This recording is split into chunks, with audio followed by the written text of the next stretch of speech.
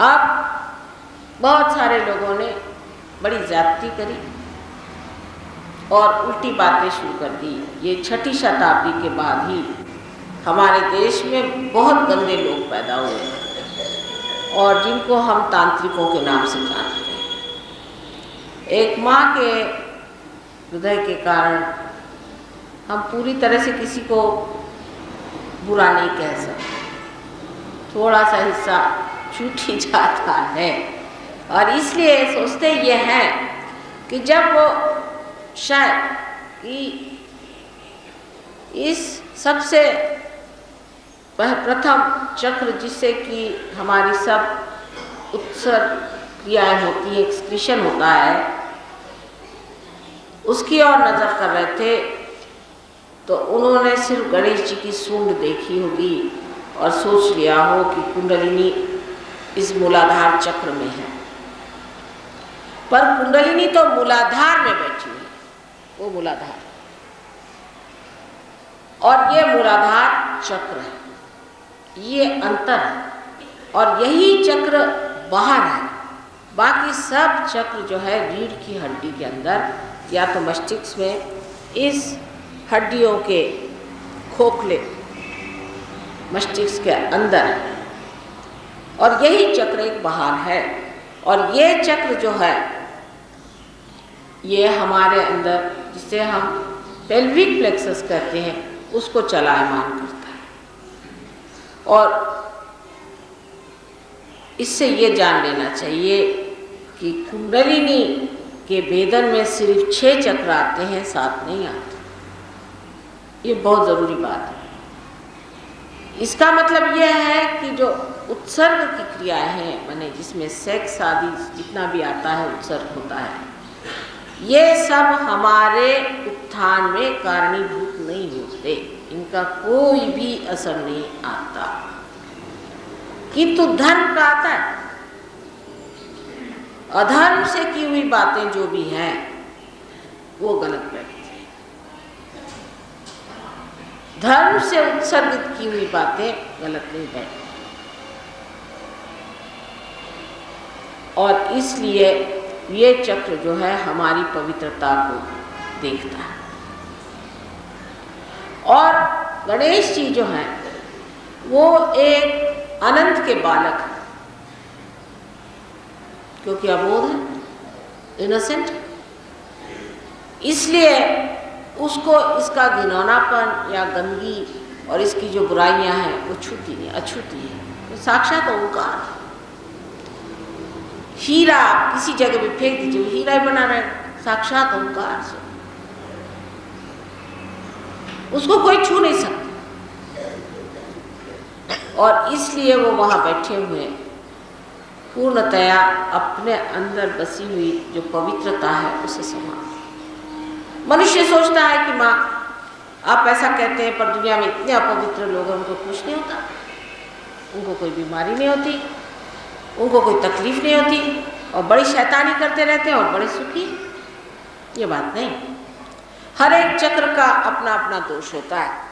अब ये चक्र इतना महत्वपूर्ण है, जिस आदमी का ये चक्र खराब हो जाता है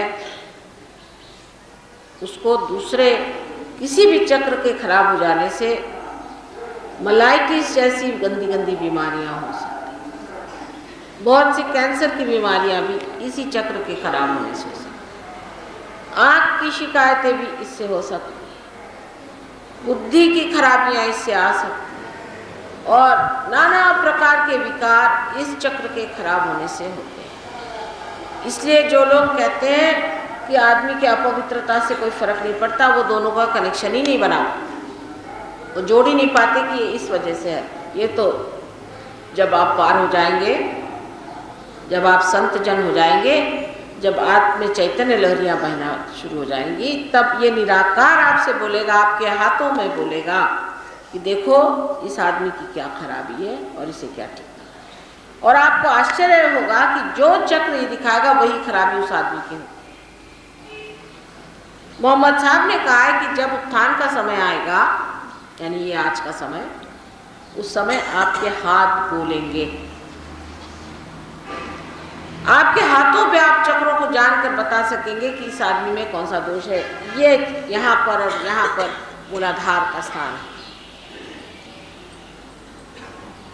परमात्मा की असीम कृपा से आप योग भूमि में बैठे हैं। बड़े बड़े संत यहाँ हो गए, इनके चरण इस भूमि को छू चुके हैं। ये बड़ी भारी योग भूमि है, इसका वर्णन जितना भी करें सो कम है। कल मैंने न जाने अपने को कितनी बार रोका कि इसका वर्णन मैं कैसे करूं।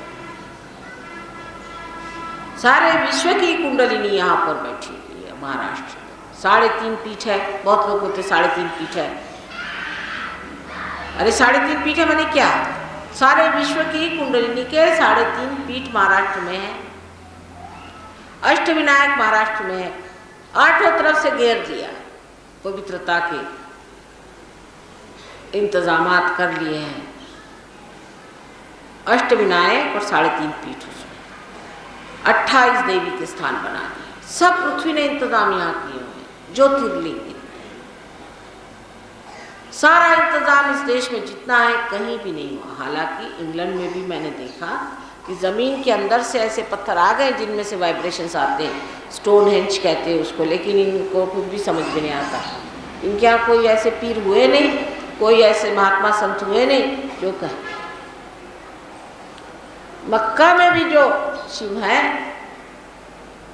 मक्का में भी जो पत्थर है उसका भी वर्णन अपने पुराणों में है। उसका नाम मक्केश्वर शिव। आप देख, पंजा साहब जो उन्होंने जो निकाला था वो भी वही चीज। उस जगह से उस जगह में चैतन्य आता है। अभी देखिए, अभी हम यहाँ बैठे हुए हैं, ये आपने जो इस पर चीज बिछाई, ये आप कितने भी सालों पड़ी रहे, किसी अगर संत को आप दिखाइए तो वो समझ जाएंगे कि इस पर कोई संत साधु बैठे। जो चीज छू जाती है उसी में चैतन्य बढ़ जाता है।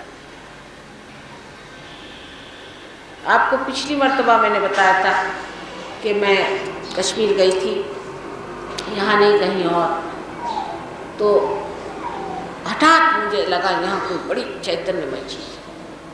तो हमने ड्राइवर से कहा भाई गाड़ी रोको, यहाँ पता करो कोई मंदिर शंदिर तो नहीं। तो उसने कहा माता जी यहाँ कहाँ मंदिर शंदिर है, ये तो बिल्कुल आप जंगल में घूम रहे। तो मैंने पति से कहा कि हो सकता है 4-5 मील की दरमियान कोई ना कोई चीज़ होनी चाहिए। अच्छा, मैंने कहा मैं जैसे कहती उसी रास्ते पे उससे चलो। तो चलते गए। एक जगह पहुँचे तो कहने तो सारे मुसलमानों की बस्ती है, आपको क्या मिलने वाला है। मैंने कहा यहाँ पूछो तो सही। तो उन्होंने बताया कि यहाँ हजरत इकबाल है। एक बाल मोहम्मद साहब का रखा हुआ है और मैं 5 मील पर उसको दूर में पकड़ ली। अब उनको आप कुछ भी कहिए, भला बुरा कहिए, आपका जो मन चाहे कह सकते हैं, वो भी अपने ही हैं, बिल्कुल अपने हैं, ये समझ लेना चाहिए। उनमें नानक साहब में कोई फ़र्क नहीं है। चाहे हिंदू मुसलमान लड़े, चाहे कुछ करें, गर्दन काटें, उससे फ़र्क नहीं पड़ने वाला। जो बात सही और सत्य मैं आपको बता रही हूँ। हम लोग आपस में बेकारी में लड़ रहे हैं, ये सब बेकार चीज़, लड़ने की कोई बात ही नहीं। आज हज़ारों मुसलमान सहयोग में आ गए क्योंकि उनके आगे एक खोमिनी खड़ा हो गया, भगवान बचा रखे। वो कहते अब नहीं चाहिए मुसलमान, ऐसा उनकी भगवान ने कृपा कर और इतनी बदल उनमें आ गया कि अब वो कहते बाबा सहयोग। अच्छा, वो गणेश जी की पूजा कर रहे हैं और आपको गणेश जी सिखाएंगे कैसे, गणेश जी का क्या मतलब। तो सहयोग में आप समझ सकते हैं कि जो कुछ वास्तविकता है वो हमारे अंदर है, यथार्थ हमारे अंदर है, उसे समझ लें और दिमागी जमा खर्च न इकट्ठा करके लड़ाई झगड़ा मत करो बाबा। सब एक ही परमात्मा के अंग प्रत्यंग हुआ। इस विराट के आप अंग प्रत्यंग हो। और मोहम्मद साहब ने भी बता दिया, कान में जब उंगली डाल करके वो कहते हैं अल्लाह अकबर, ये तो मंत्र सहयोग में हम भी कहते हैं क्योंकि ये उंगलियां जो है शुद्धि चक्र की हैं। और कान में उंगली डालकर आप क्या कह रहे हैं, अल्लाह अकबर माने क्या, अल्लाह जो है परमात्मा जो है विराट, अकबर माने विराट। अरे भाषा बदल जाने से मतलब थोड़ी बदल जाता है। और इस तरह से आप समझिएगा कि जो चीज़ें प्रस्थापित अनेक वर्षों से हुई है, अनादि से हुई है, वो आज पूर्ण रूप से, सत्य रूप से जब तक प्रकाशित नहीं होंगी तो आपके बच्चे खुद भाग खड़े होंगे और कहेंगे कि ऐसे भगवान से बचाओ, हमें नहीं चाहिए, ये सब कुछ तो भी दिमागी जमा खर्च है, आप लोग यूं ही कुछ धंधा नहीं तो दिमागी जमा खर्च लेना, इसको सिद्ध कर सकते। सो कुंडलिनी का जागरण जब होता है तो पूरी की पूरी कुंडलिनी नहीं, उसका कुछ हिस्सा उठता है, बहुत से डोरियां बांध करके, जैसे समझ लीजिए ऐसी ये कुंडलिनी है, उसकी कुछ ही डोरियां सुषुम्ना नाड़ी से उठती हैं, मध्य का जो बीच में है,